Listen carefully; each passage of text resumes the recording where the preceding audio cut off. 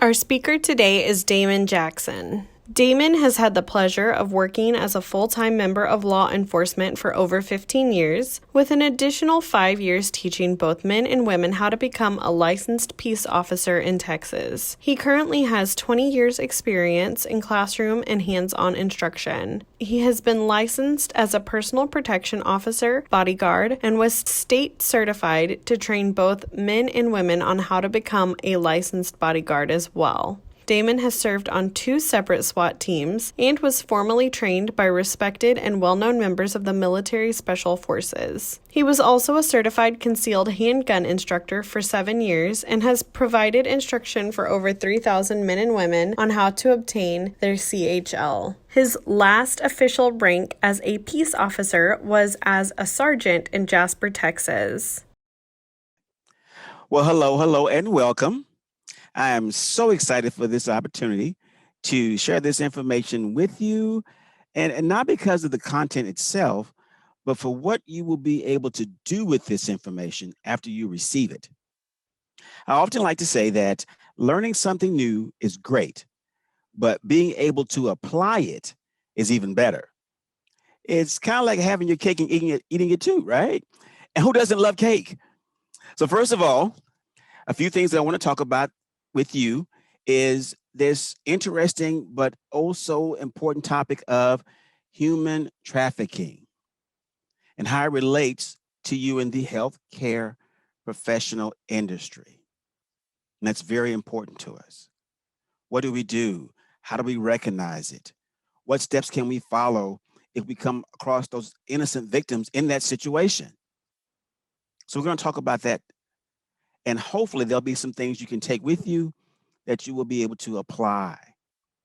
Now, first things first, I want to tell you a few things about myself. My name is Damon, and I spent, 15 plus years, really close to 20 years, in the law enforcement and private security industry. And during that time, I had the esteemed honor and pleasure in working with some awesome people. I was involved in several different divisions and several different department responsibilities.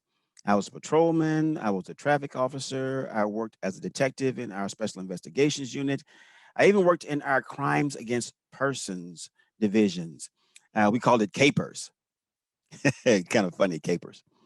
Anyway, I worked in those areas because I wanted to learn, I wanted to grow, I wanted to better understand some of the things that we would come into contact with when we are out solving crime and making those critical decisions in those intense moments. But there was also those intense moments where we needed to better understand the victims that we were working with. And so while I was in those specific divisions, in those specific positions of responsibility, I learned a lot, and I want to share that information with you. So I have a pretty good grasp on this information, and I want to share with you that this is not just a one person, one opportunity. This is only going to affect this group of people or in this society or in this culture. No.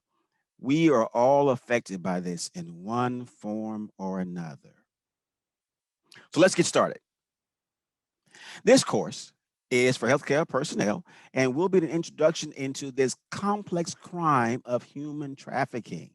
And our focus will be on sex and labor trafficking and the common symptoms and conditions that occur in trafficked victims. We in the healthcare profession will be able to better understand this information. And after you complete this course, you'll be better able to recognize the signs and symptoms of trafficked individuals and identify the intervention needs that will help you better care for these individuals. And to make sure that we're able to keep the process moving forward, we're going to talk about those national and local resources that are available to you. So this will be the perfect course for us to get a foothold, a launching point, as we can work to better serve our patients and as staff that we are better able to communicate with each other when we address these potentially violent situations. All right. So with any course, we want to make sure that we have some clear objectives. And with those objectives, number one, We're going to understand the types of human trafficking in the United States and how it differs from smuggling, because there is a difference. I know in many cases we kind of group it all together, but there is a unique difference between human trafficking and smuggling of individuals. We're also going to look at how to identify victims of human trafficking in our healthcare settings. Oh, this is going to be awesome. We're going to create an objective checklist to help us in determining if the patient that we're working with is a victim of human trafficking or smuggling or some other unfortunate incident. We're going to look at how do we provide those resources and how do we report that information. Okay. We're going to look at recognizing dynamics and vulnerability factors of these victims. How did they become a victim? We're going to look at the impact on the health and quality of life that they are having to endure and go through because they are affected. And not just in that one moment in time, it literally can affect them for the rest of their life. That's why it is so important that we understand how to detect these moments and how to report it correctly. So, yes, we're going to look at all of that. We're going to move from what do I do into I know how to help this person. And ultimately, I am a part of the solution. Yes. So, what is human trafficking? Okay. I know, right? Because I know what I've seen on TV. I know what I think I've heard in certain places. I know I watch those police TV shows, but what is it? So, let's move toward the official definition of human trafficking. Human trafficking happens when the individual is recruited, transported, transferred, harbored, and or received by force, fraud, or coercion. This is the key. For the purpose of exploitation by a trafficker. Take note, it does not matter if it's male or female. The exploitation may take various forms and could include sex trafficking or labor trafficking. That's a lot to remember, isn't it? That's a lot to go through your mind over and over and over again. I know we have so many other things that we have to remember and be focused on. So let's put it to more of a common sense everyday definition. Human trafficking is a form of modern day slavery. Yeah. In which these individuals, these traffickers, use force, fraud, coercion to control their victims. Mhm. For the purposes of what? Commercial sex acts, or labor services against his or her will. That's a little bit easier to work with, isn't it? A little bit easier to remember, a little more personal to us because we understand what that could be for that individual. Now, let's go a little bit deeper. Let's go a little bit deeper because it's not just this or that. It doesn't always fit in this nice, neat little package. There are really two forms of human trafficking. Okay. Let's look at the first one, sex trafficking. And as it denotes, it's going to involve any commercial sex act, okay, that in which an individual younger than 18 years of age, all right, is forced or coerced or by fraud, mhm, moved, pushed, required to commit commercial sex acts, which differentiates it from a consensual commercial sex act. There is a difference. Now, wait a minute. A force, coercion, and then there's consensual. Yes, we're going to get a little bit deeper into that too, so we can better understand what that means. Yes. So put a bookmark right there. We're going to come back. Labor trafficking. All right. Labor trafficking encompasses those individuals actively manipulated into situations of labor exploitation. This is a key right here through involuntary servitude, or what we consider today to be slavery. Mm-hmm. Yeah. So what we have here, an easy way to delineate between the two is that is this person being moved, forced, pushed, required, coerced into a sexual act, mhm, or is it involving physical manual labor? Hmm. And just so that we are clear, trafficking does not require movement from place to place, does not require you to move from one state to the next, does not require you to move from one international border to the next. They could be just a zip code away, hmm or never leave that location at all. Yes, that still would fall within the definition of trafficking. Now, we talked about this a few seconds ago. We talked about there's a difference between trafficking and smuggling. So let's look at that briefly. What is smuggling? Now, human smuggling is the facilitation, the transportation, or attempted transportation or illegal entry of persons across the international border. So, smuggling would involve the movement of persons from one physical location to the next. And that movement would be in violation of one or more countries' laws, either clandestinely or through deception. And they will be using, in some cases, fraudulent documents to facilitate that movement. You've heard it before. They give them papers. hmm Yeah. Smuggling so often involves the provision of a service that generally requires what? A contract. I need to do this. Okay.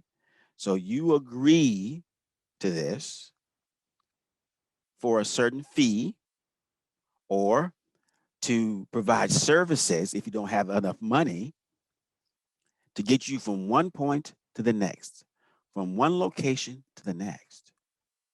hmm Yeah. See, smuggling often involves criminal commercial transactions between willing parties. hmm And occurs with the consent of the individual being smuggled. These individuals are looking for that assistance. Uh-huh. Too often, too often. Human trafficking involves force, fraud, or coercion. You see the difference there? Yeah. That in the case of smuggling, the individual has reached out to someone for transportation, for movement, for relocation. Whereas human trafficking, they're kind of forced into it. Yeah.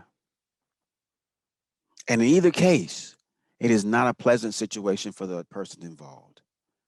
So, really, does human trafficking have to involve smuggling? No. No, it doesn't. No, it doesn't. Now, we said to put a bookmark here because we want to come back to that consensual commercial sex definition we were looking at a few minutes ago. Okay. Now, you're saying consensual commercial. What? Okay, let's look at it. So, when a person willingly takes part in the sale of sex or a sexual act, it is consensual. See, that willingly takes part. Okay. They're not being forced or coerced or defrauded into committing that act. Okay. It is a consensual commercial. There is something being paid, fees, or some type of remuneration for that. Okay. This is often called sex work or commercial sex. We often know it as what? Prostitution. And there are some places, I'm not trying to give you any directions on where to go, but there are there are places in the United States that is not as illegal. Okay. Human sex trafficking. See the difference? When there is an element of force, fraud, or coercion, okay, to require them to commit this commercial sex act. One of the biggest differences we can see that there is no consensuality. They are not consenting to this situation. They're being made to do it. Yeah. In 2000, our federal government got involved and more of a broader scale. So not just location by location or region by region or state by state. They got involved and said, hey, we got to put some guidelines in place. We need to move forward to make some standards and some requirements and some protocols because we cannot afford to let these situations continually to slip through the legal cracks in our system. So the Trafficking Victims Protection Act was enacted. It's a point to where we said, hey, we got to do something consistently moving forward. And so here we have this Trafficking Victims Protection Act. Now, there's three main components to it, which is awesome. And look at that. They all begin with P. Protection, prosecution, and what? Prevention. Yes. Protection is so important because they understand that the individual that's going to be involved in this opportunity, they may not be United States citizens. So without that opportunity for that protection under our laws, who's going to be held accountable? Mm-hmm. That's why the prosecution is so important. Yes. So when this victim is given that temporary visa status as a U.S. citizen, because this situation occurred within our borders, we can hold that person accountable for those actions. Yes. And this act allows us to reach out beyond our borders. Yes. So they can't just run and hide. No, no, no. Mm-mm. No. We now have the means and the cooperation of other governments to hold these people accountable. And the prevention. Whew. We have to have a way to maintain communication, to put forth documentation, to put together a guideline, standards, assistance if necessary, awareness. So important.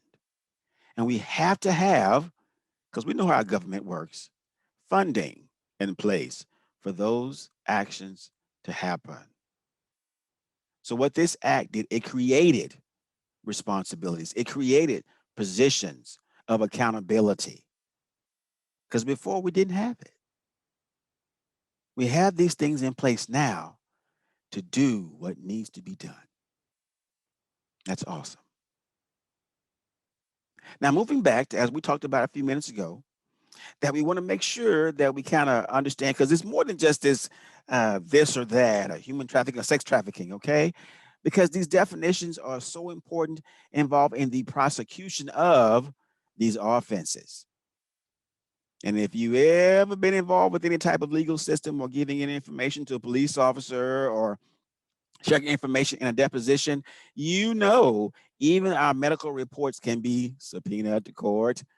So we have to write them a certain way. We have to make sure that we're identifying certain words and terms a certain way. We got to make sure that, hey, if it is a certain thing, we have to make sure we all understand what that is, right?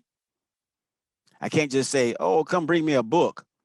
And I bring you a book, but it's not the book you're looking for.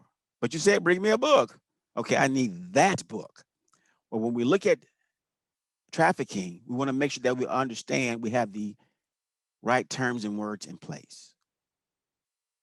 So on the Trafficking Victims Protection Act, commercial sex act is defined, okay, as any sex act on account of which anything of value. So we're not just saying money, okay, we're not just saying that we're going to give you an opportunity. We want to encompass several things because we are drawn to what we desire the most, okay? So when money is offered to that individual, they say, I don't need your money, but they need shoes. They need somewhere safe to live without any outside interactions or issues. They're hungry. They're hungry. So while the TVA defines commercial sex act, this alone is not a type of trafficking, okay? So when it says commercial sex act, it pertains to human trafficking as it requires the use of force or coercion or fraud unless they are a minor. Now, we touched on this a few seconds ago about involuntary servitude. Hmm. Yeah. There's a plan or a scheme or a pattern influence that causes a person to believe that they do not, if they don't enter into this opportunity or obligation, they will suffer. They will be punished. They will be abused. That's a pretty serious threat. If you don't do this for me, I will do this to you. I will harm this person. Yeah. They will have the understanding if I don't do this, I or someone I love will be hurt. Involuntary servitude. Peonage is involuntary servitude. That's based on real or alleged indebtedness. That's when a person is led to believe you owe me, and they don't owe anything, but they are led to believe, well, because I helped your mom, because I helped out your dad, you owe me. Wow. Debt bondage, very similar to peonage. Debt bondage involves a debt that seemingly can never be paid off. Oh, where they have an undetermined time of release. It's like it goes on and on and on and on. That's heartbreaking that a person would feel that way. It's even worse that someone made them feel that way. That's why we have to be so alert and aware of when these situations present themselves to us, that we recognize it correctly and then we move accordingly. So, who are these victims? Who could this be? Who could be in this situation where they are being mistreated in this fashion? Okay, let's look at this. Individuals fleeing from natural disasters or violence. You have a situation in one particular area, one particular country, where they are suffering through hurricanes or earthquakes, or here most recently, volcanoes. Oh my goodness, who thought that would happen? But yes, it does happen. And they are being moved not by choice to somewhere else. They have to take what they can get their hands on, what they have immediate access to, and leave. And they leave with so little to start all over. It is so easy for them to be taken advantage of. Individuals with a disability, they may have a physical disability or even a mental disability, where they may not fully understand what's being said to them or how things are being explained or what they are agreeing to. Individuals who have been involved with some type of abuse or exploitation. It's heartbreaking to think about that. As they move forward to try to heal and to become whole, someone understands what they've been through and uses that situation against them once again. Homeless individuals or young runaways who feel they have nowhere else to go and no one else to turn to become victims very easily. Children involved in the welfare system, involved in foster care.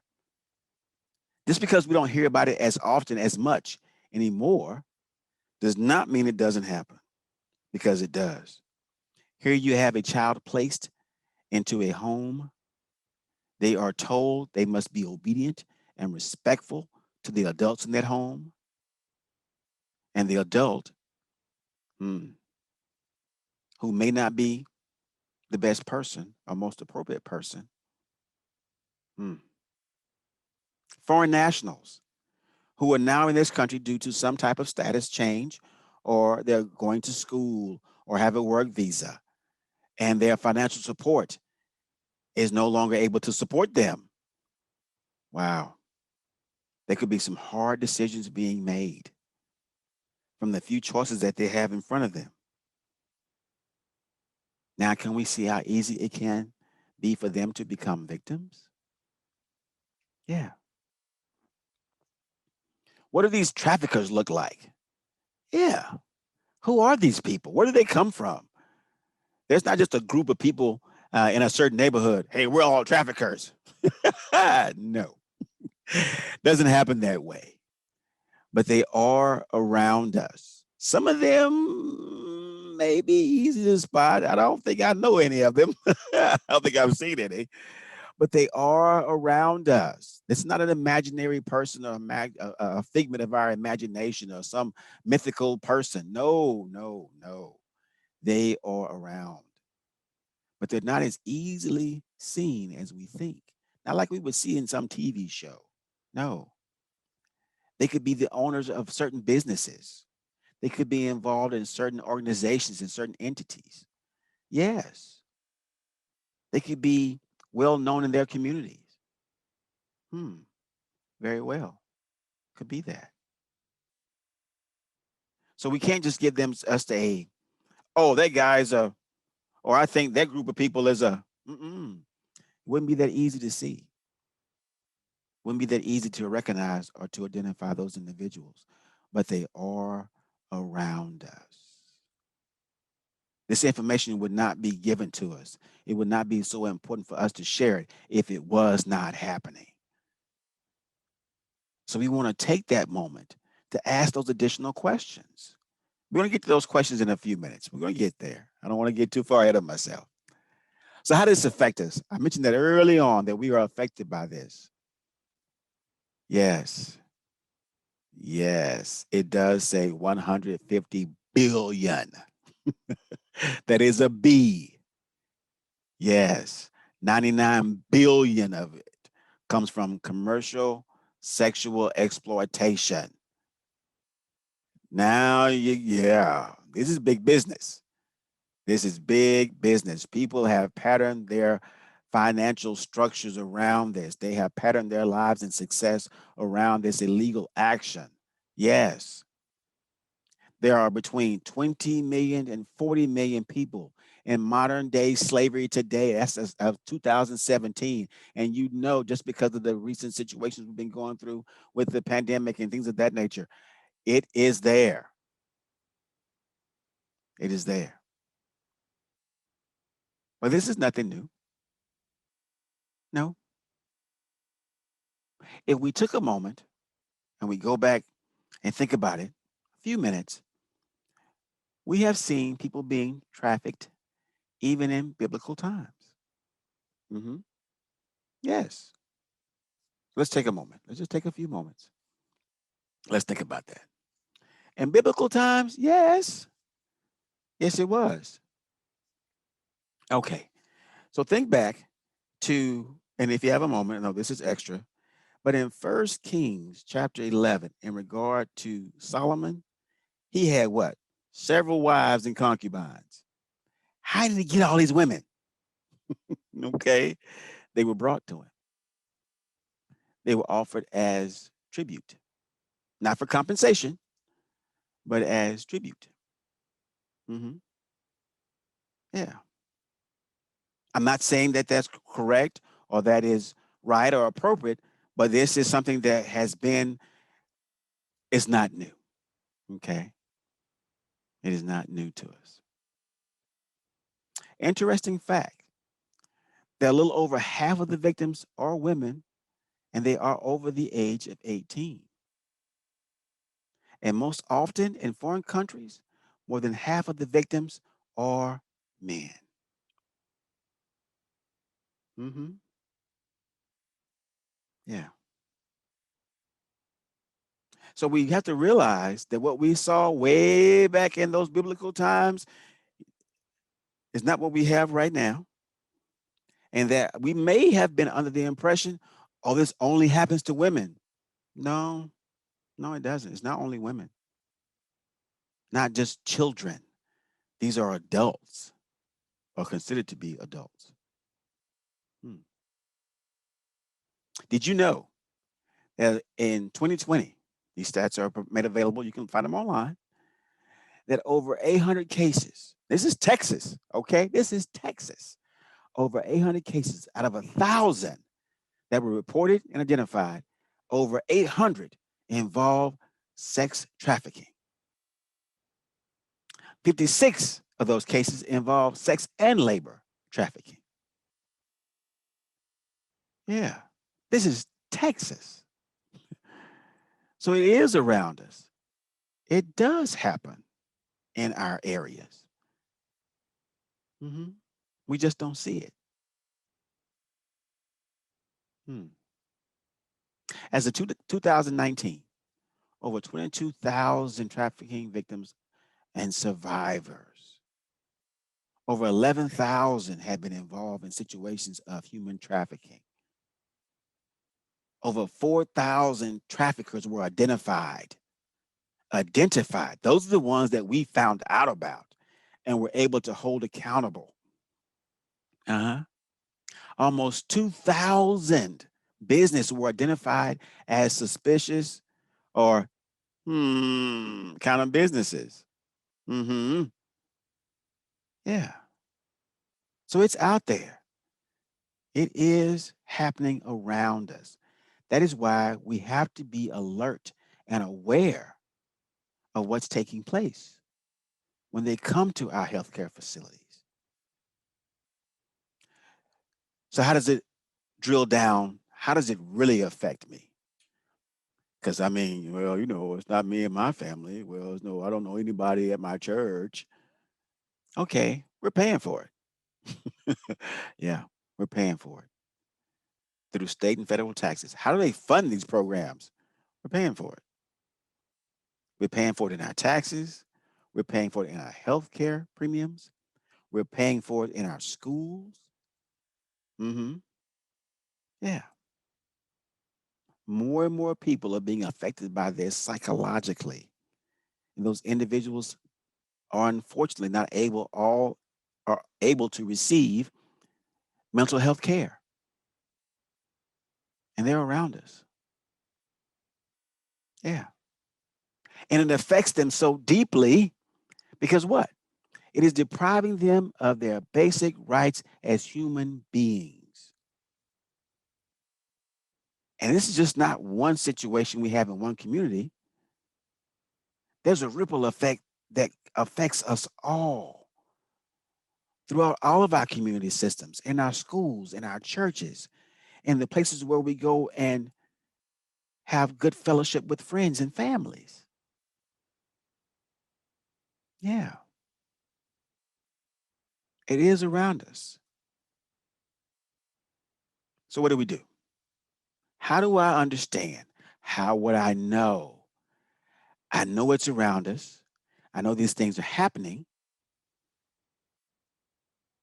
How do I identify it? What do I look for? Let's talk about that. Number one, establish your foundation of facts. Is this normal? Think about it. Is this everyday commonplace? Hmm. Does this happen all the time? Number two, your suspicions do not have to be confirmed. Now, wait a minute, wait a minute, wait a minute. I thought we were supposed to make sure and to prove and to verify and confirm. Nah, we want to ask the questions and wait for the answers as we move forward. Okay. But we're not trying to make sure and I got to find out for sure before I call somebody else. No, no. Ask the questions and then allow for the answers. Okay. Let them tell us what's going on. All right. But we have to ask the questions to start with. And if we're not sure, we're not 100% sure, do we walk away? No, no, no, no, and no. We get other individuals involved. We need to make sure that we understand there are mandatory reporting laws. We have to tell someone. Yes, we will protect their right to privacy. Yes, we will protect their patient information, but we have to tell it. We cannot let them continue to be a victim when they come to us for care. We must do something. If it was so easy for them to come forward, they would come to us automatically, wouldn't they? No one wants to be mistreated. No one wants to be put in a bad situation. No one wants to be hurt. But there are some challenges. There are some hurdles for them to get over, some limitations that they may have. Could be the cultural or language barriers. Mhm. They don't know how to explain or express what's taking place with them because they can't speak English very well. They may have a negative experience, may have had a negative experience with law enforcement, and they don't trust anybody with a badge on. But you have a kind and gentle attitude. You're patient, you're empathetic, and they're opening up and they're talking to you. But not to that guy over there in that uniform. They don't know he's just security. He's wearing a uniform. I don't want to talk to him. I don't want to talk in front of him. They often need a lot of services, more than just immediate health care. And they're not sure who to turn to. They may not know who to turn to for what situation. If they're physically hurt, if they're being mentally hurt, if someone is coercing him to do something because of a family member, where do they go? Who do they turn to? They may not have any way to show you who they are. What am I saying? They may have limited or maybe not any type of identification. Yeah. They may have been involved in something traumatic, extremely traumatic, to where they are unable to successfully communicate with someone else. What makes it difficult for providers? Because we want to reach out, we want to get involved, but we have limited resources as well. Hmm. Yeah. We only have so much to give. We've run out. We've given out our last free, you fill in the blank. Come back next month. We'll have more. We'll have a new supply. There are some in our healthcare world that are not sure what to do. Never been told, never been a part of a class, any type of formal training. Heard a few stories, watched a few TV shows, but I'm not sure. Can we really ask that question? What do I really say? The resources may not be where we are. Hmm. I've heard about it. I've never seen it. There may be some language barriers that we have. Depending upon the community that you work within, there may be some serious language barriers. I just don't know what to say. I want to ask the questions. I want to be able to talk with them, but they won't talk to me without a male present in the room. They won't speak with me without someone translating for them. I can't find anybody to translate. There could be some serious safety concerns that we have about that situations. Yes, I understand. There was moments in law enforcement I would quickly say, I ain't going in there by myself. No. You better come in here with me. And if you see me running, keep up. As healthcare providers, we have a responsibility to identify what's taking place. Okay. And it's a complex, unique situation in itself. But we have to be able to identify the situation and then to move forward appropriately. As healthcare professionals, we are responsible for ensuring the screening practices of these survivors are centered around human trauma and that we are working at our best level of understanding and ability to assist them. Yes, to our level best to do what we can to help them. Yeah.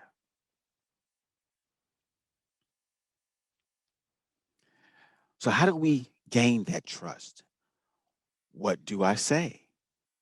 How can I initiate that conversation? If I'm thinking this may be taking place? I'm not sure. I'm going to have to ask some questions. hmm In your responsibility, in your position of authority, okay, you gain trust. You do. You have the opportunity to remove people from your space. Why? Because the environment that you're in is not for everybody. You're right. I have to clear the room. Only the patient in this room at this time. I need to stand over here. I need you to go over there, please. Step outside the door for me. And because of your responsibility and your position, you can do that because you're gathering personal, private information from that individual that everyone may not need to hear or be a part of. The examinations that are taking place is not for everyone to see. hmm And you can use that opportunity to gain that level of privacy. Yeah. Whether it be a full examination or not, they don't know. They don't. Yes. Or give them a task, something to do that will keep them busy while you are able to have a private moment with the patient and talk to them seriously. Hey, I need you to go over there and fill out these forms for me. Okay, to the best of your ability, write everything down that you know about these forms. Go over to that window over there, talk to that lady behind that window over there. Yeah, yeah. When you finish, knock on the door before you come back. That way we know it's you coming back. Okay. All right. Thank you. You go ahead and send them over there. hmm That gives you that opportunity for a moment of privacy. Yeah. As you have that conversation, and most often you will have them change out of their clothing, or there may be some things you have to remove if there's an examination or procedure to take place. Okay. You want to hang on to those things. Let them know, I'm going to put your things right here. We're going to put them over here where you can maintain it. We don't want that individual who brought them there taking it away. That could be valuable evidence. Okay. Could be valuable evidence that they just took back to the car that they destroyed. If they had the clothing items on, we want to gather those items. hmm We want to limit the amount of staff that will be coming in and out of that room. They don't know us. They don't know everyone in that room. And when we bring in other people just to help us with that opportunity, they can become rather anxious, apprehensive. Well, who is this? Well, who is that? Well, why are they sitting there? How come most people over there? We want to build trust. We want to gain comfort, not to make them more apprehensive. We want to let them know that our conversation is confidential and that what you share with me, you're sharing with me. Okay. And we never want to say to them, are you in being trafficked? Are you being smuggled? Really? Are they going to answer yes? Well, they might. They might. Some quick do's and don'ts. Okay. Some quick do's and don'ts. As we look to gain that trust and gain that confidence, we want to establish a way of communicating with them to let them know, hey, I'm worried about you. And explain your role. And you want to, is it okay if I help you sit here? Is it okay if I help you up on the table? If they've been a victim of sexual trafficking, they've been touched when they didn't want to be touched. They've been handled in ways they did not want to be handled. And by you asking them for permission, gives them a level of control that they haven't had before. Yeah. You want to let them know that this is a quiet, private space and let them talk. If they're talking to you, let them talk. While they're sharing things with you, make mental notes. Be careful about writing things down at this moment, okay? Because they understand if you're writing something down, it means something. Be careful. Make the mental notes early on, and then we can go back and write those things down. Or if you do write something down, hey, I'm just putting this on here for your chart to make sure it's on your chart. You can see right here, see what I'm writing down? Left side. We want to respect the choices and decisions that they make. Something that we don't want to do, we don't want to accuse or draw conclusions about what's taking place. Well, how come you didn't fight back? You big enough. How come you didn't want to? Well, why is it? No, no, we're not going to do that. We're not going to judge them or criticize them or even pressure them to give us information. No. And we never want to confront the suspected trafficker. They know that individual. They don't know you. You kind of see what I'm saying? At the end of the day, they understand they will probably have to go back with that individual. And if things didn't go well in that treatment situation, do you really think things are going to go okay when they go back with that individual? Mhm. We want to initiate conversation. We're not trying to convince them to do anything different at that moment. We're not there yet. we're not there yet. We're to gather information, ask the questions, and then we move forward involving the right people. Okay? Then we move forward. So how do we successfully communicate with the individual? All right. If there are interpreters available, let's use them. Yes. So we can make sure we understand what is taking place. Okay. We got to make sure to the best of our ability. Some words are hard to translate.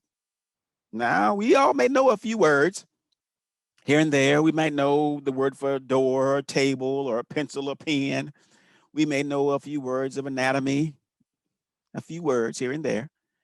But when we have an individual that clearly speaks their language, we can rest more comfortably in knowing that the information that we have asked and they're providing answers, we can get get a better picture of what's being shared. Because when I take it for granted that they understand what I'm saying, do they really? Am I using words in terms that they fully understand? Are they using words in terms that they know that I understand? Think about it. Think about the last time you traveled to another location, a foreign country perhaps, and they're using words in terms that you thought you knew or you think you understand, and you say a certain word or term, they have this really big smile on their face, and you thought you were saying one thing, and you really said something else. Mm-hmm. It does happen. So with that interpreter, it's not left up to chance on what we're saying. We can get a better understanding because they're going to use the correct words. Yes. When we ask those questions, we want to be direct. We want to be specific. Okay.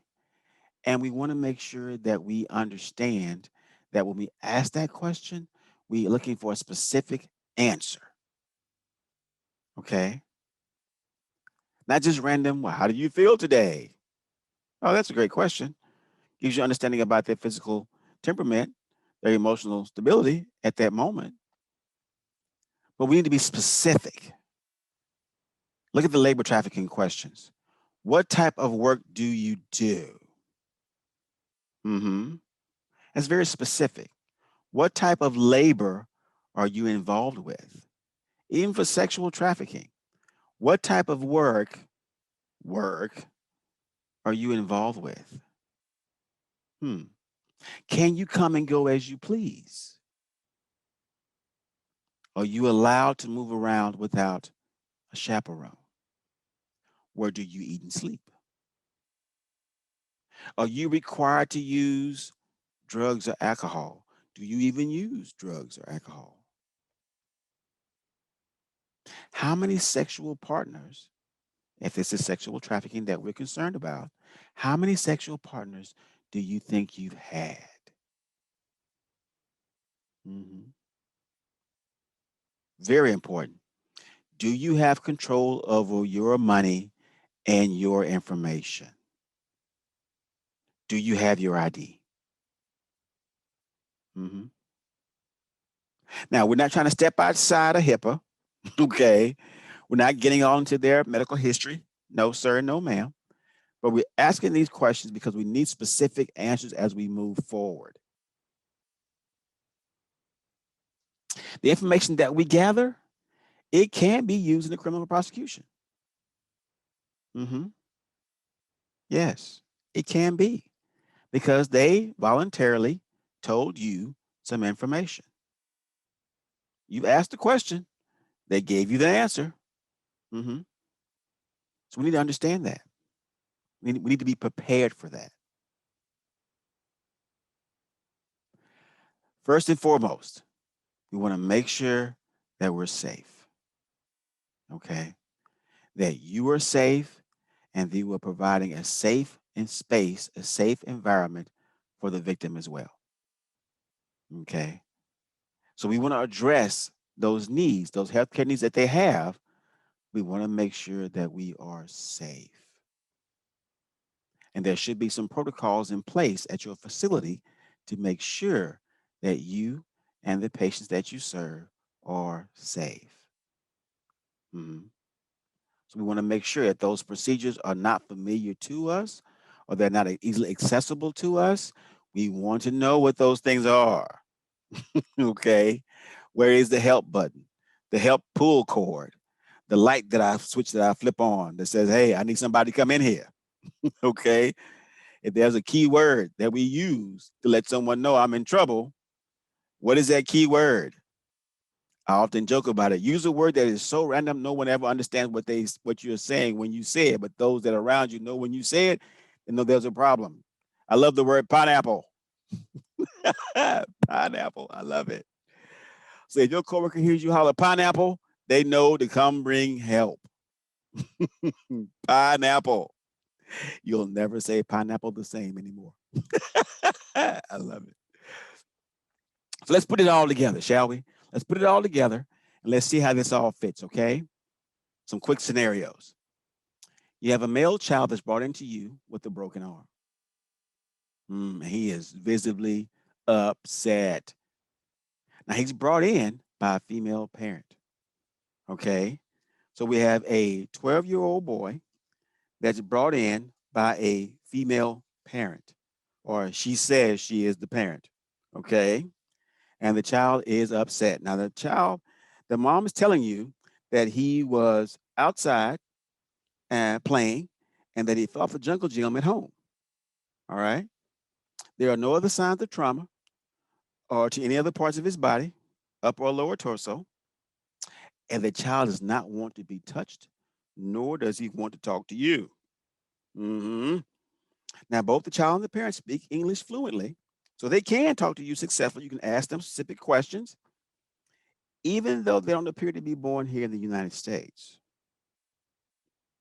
Okay. So let's think about that for a minute. Do we think that child may be a victim of human trafficking or smuggling? Quick answer, nah. He's 12. Really? Yeah. It happens more and more and more. He's a boy. I'm not saying that only boys fall out and hurt themselves. Could be a girl. But in this case, I would not immediately move toward human trafficking or smuggling. Does that make sense? Let's try another one. We have an adult male who does not speak English, but has a dislocated shoulder. Okay. Let's say he's early 20s. He's a young Hispanic male who does not speak English. As you're talking with him, you see he has very rough hands and his clothing is extremely dirty. He doesn't want to look you in the eye and he waits for his friend, the guy that brought him in, to answer his question, to answer the questions that you are asking him. So someone else is answering for him. As he takes off his shirt and you see his shoulder, you see several old bruises and scars on his back and wrist. And he doesn't have any ID of any kind. What are you thinking? I would lean toward he is a victim of human trafficking. What leads me in that direction? I would look at his appearance. I would look at the scars, the old scars and bruises on his back and wrist. He does not have any kind of ID and someone is answering for him. I wouldn't say that would be the only cues and signs that I would look at, but I would lean in that direction. Okay, let's try another one. We have a female under 18 with a dislocated hip and several bruises on her thighs. Okay. As you speak with her, she has no medical history of hip dysplasia. Mm-hmm. And she was dropped off by a friend. Dropped off by a friend. Now she's new to the area and she cannot give you her address. She cannot tell you where she lives. It's in a house, and I know it's in a house. Yeah. She has a slight body odor, dirty fingernails, and she's wearing revealing clothing. Things that you would not see on a 15, 16, 17-year-old. As she changes clothes for the examination, you see several old bruises on her wrist and on her inner thighs. She'll answer your questions very easily, very quickly. And as she answers you, she looks around before she gives an answer, if she answers you at all. What are you thinking? Yeah, I would say that she's a victim of human trafficking or sexual trafficking. Yeah. She was dropped off. She's wearing revealing clothes. She's not well maintained. She's not taking care of herself. And bruises consistent with sexual activity. Now, would that be just, yes, she's a victim? You got to ask those questions.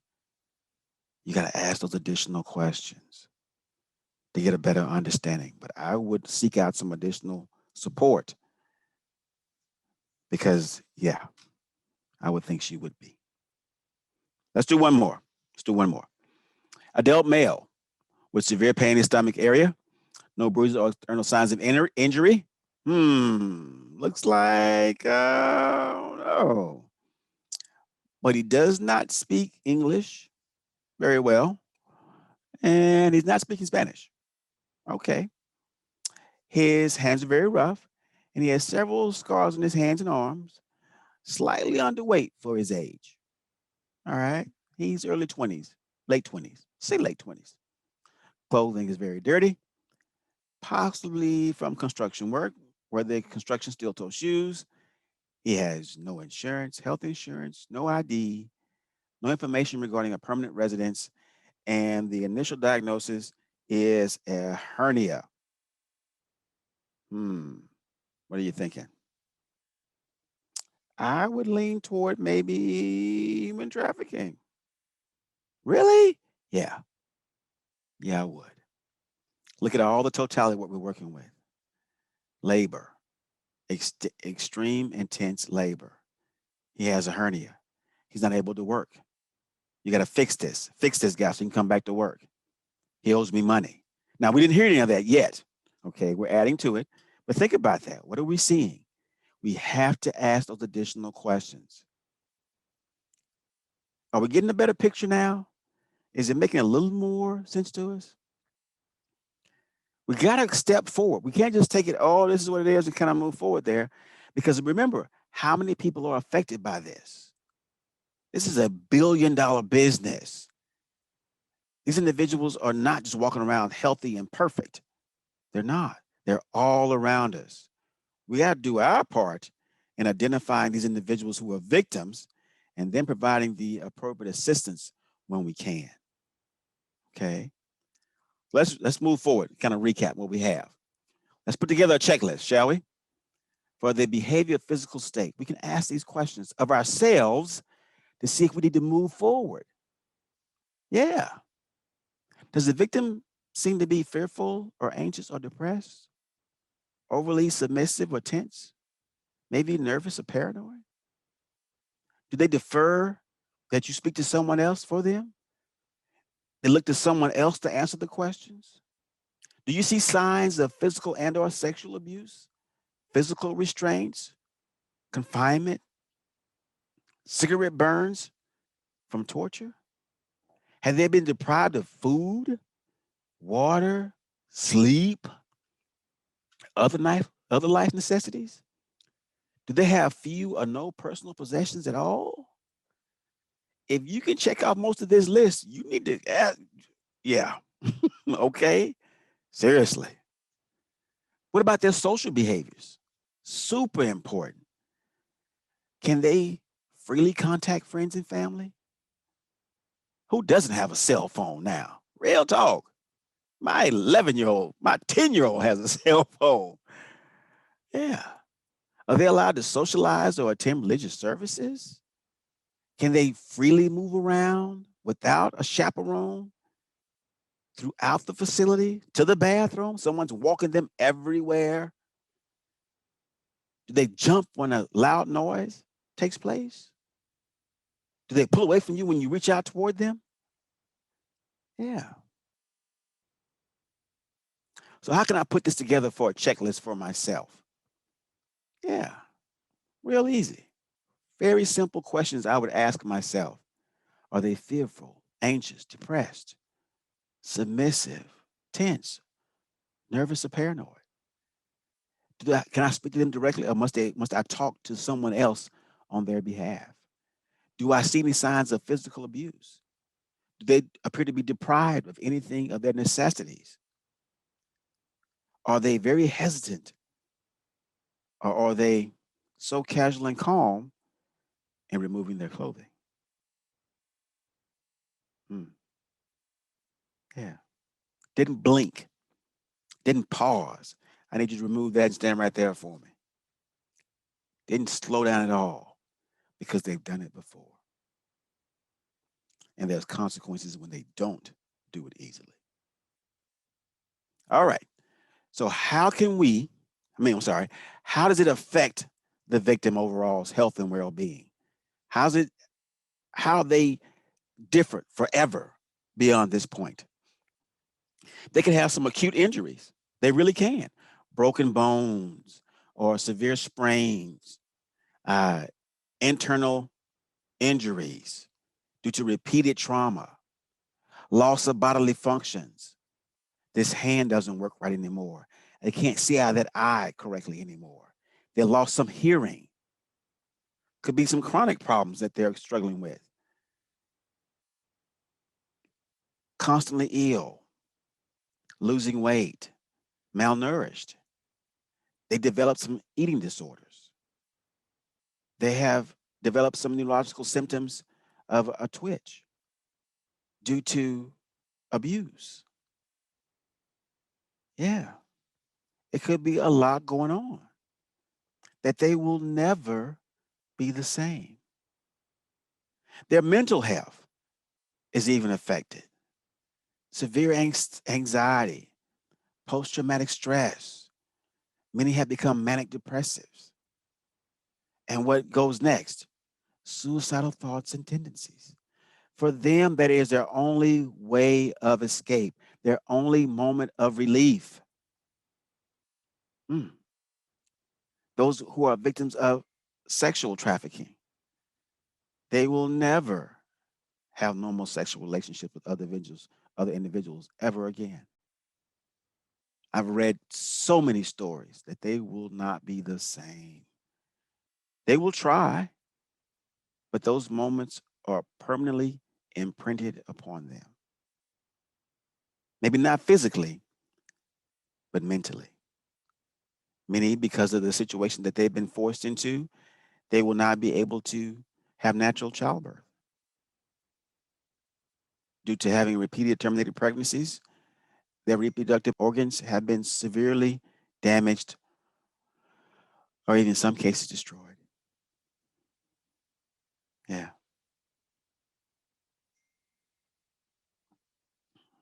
Mm. I'm sorry. It just makes me pause. Makes me pause. As I mentioned, they are forever changed. Their quality of life, their opportunity for autonomy and independence will not be the same. Their enthusiasm that a young person should have and would have, their socialization skills. They don't care how they look or taking care of themselves. They lose the ability to be empathetic. Very often, they will not socialize with groups more than two people. And in many cases, they will become overly dramatic with the slightest situation.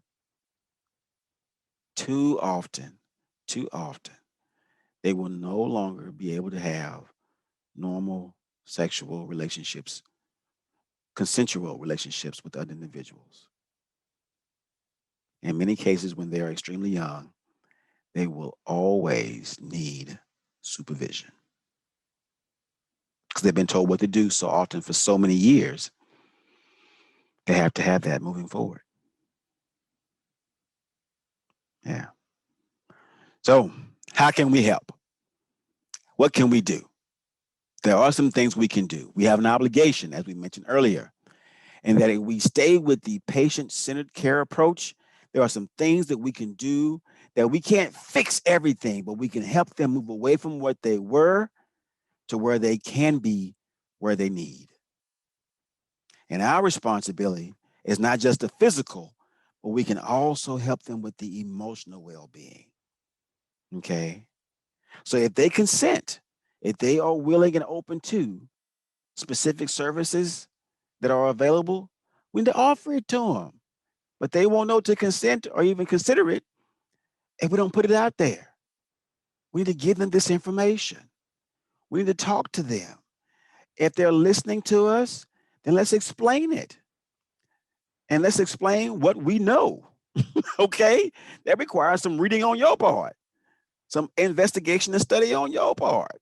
Yes, these programs and opportunities are available. But what am I talking about? Well, there are opportunities for housing to get them out of that harmful situation. Yes, there are shelters available. There's opportunities for long-term health care services.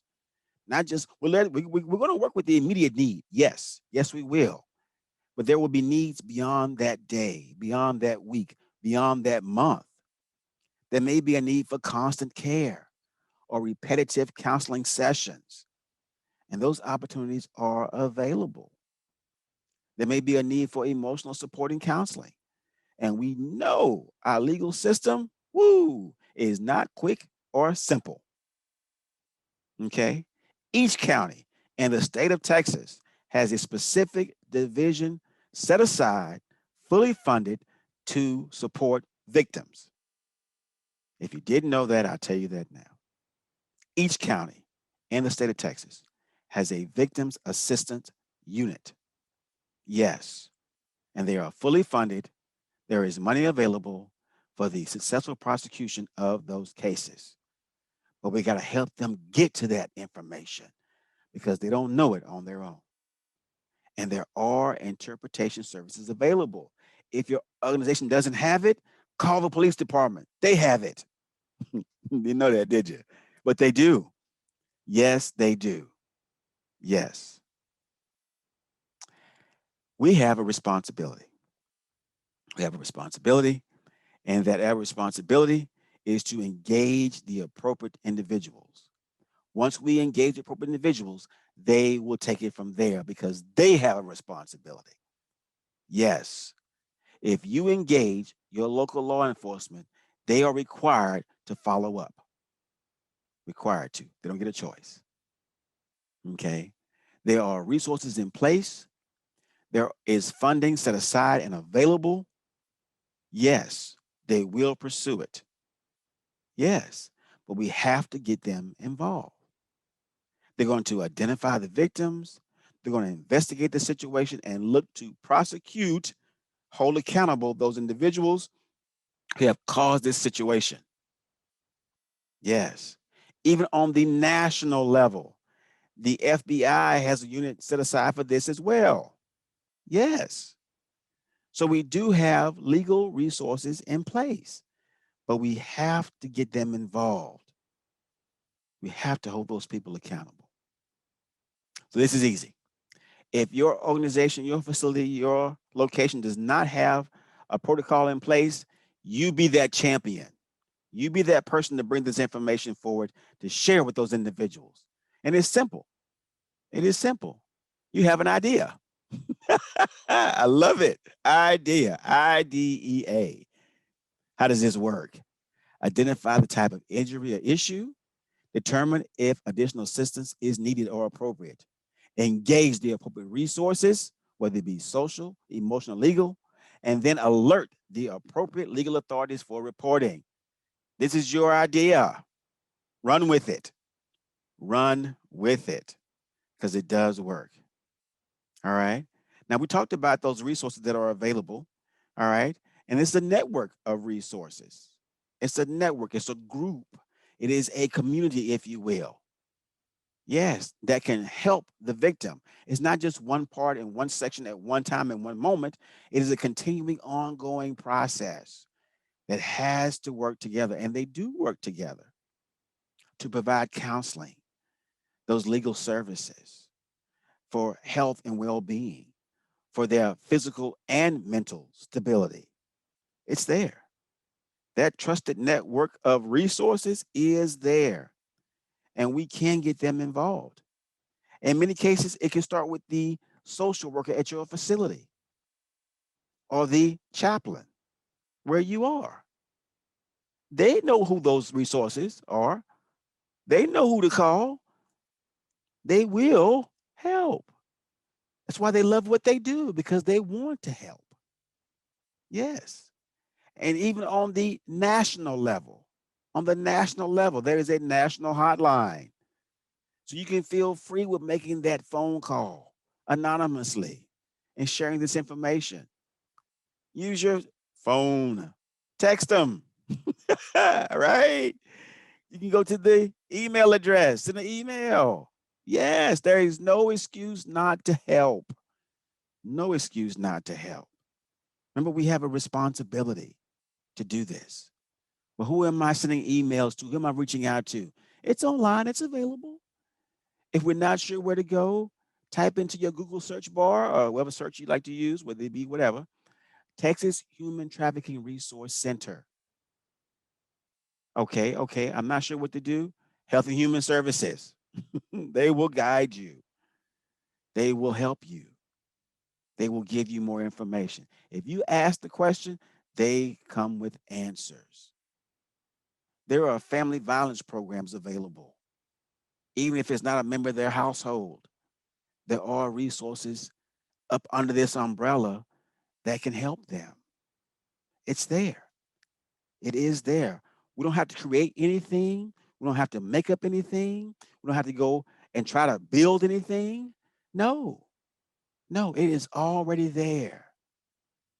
We just have to use what we have because they need us. They need you. I want to leave you with this. Well, almost leave you. We're almost done. Consider this. Consider this. For evil to succeed, all is needed, all it needs is for good men to do nothing. You could even say good women to do nothing. Think about that for a minute. For evil to succeed, to win, to prosper, to continue, to perpetuate our environment, all we got to do is just sit idly by and do nothing, and it will continue on. I love this quote by Albert Einstein.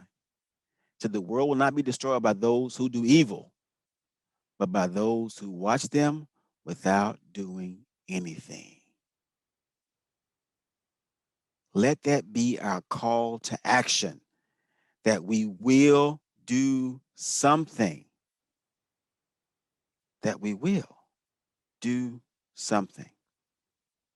I so sincerely appreciate you spending this time with me. I really, really hope this information has been helpful to you and for you. This information is available. We just have to do our part. They need us. They need you. Thank you.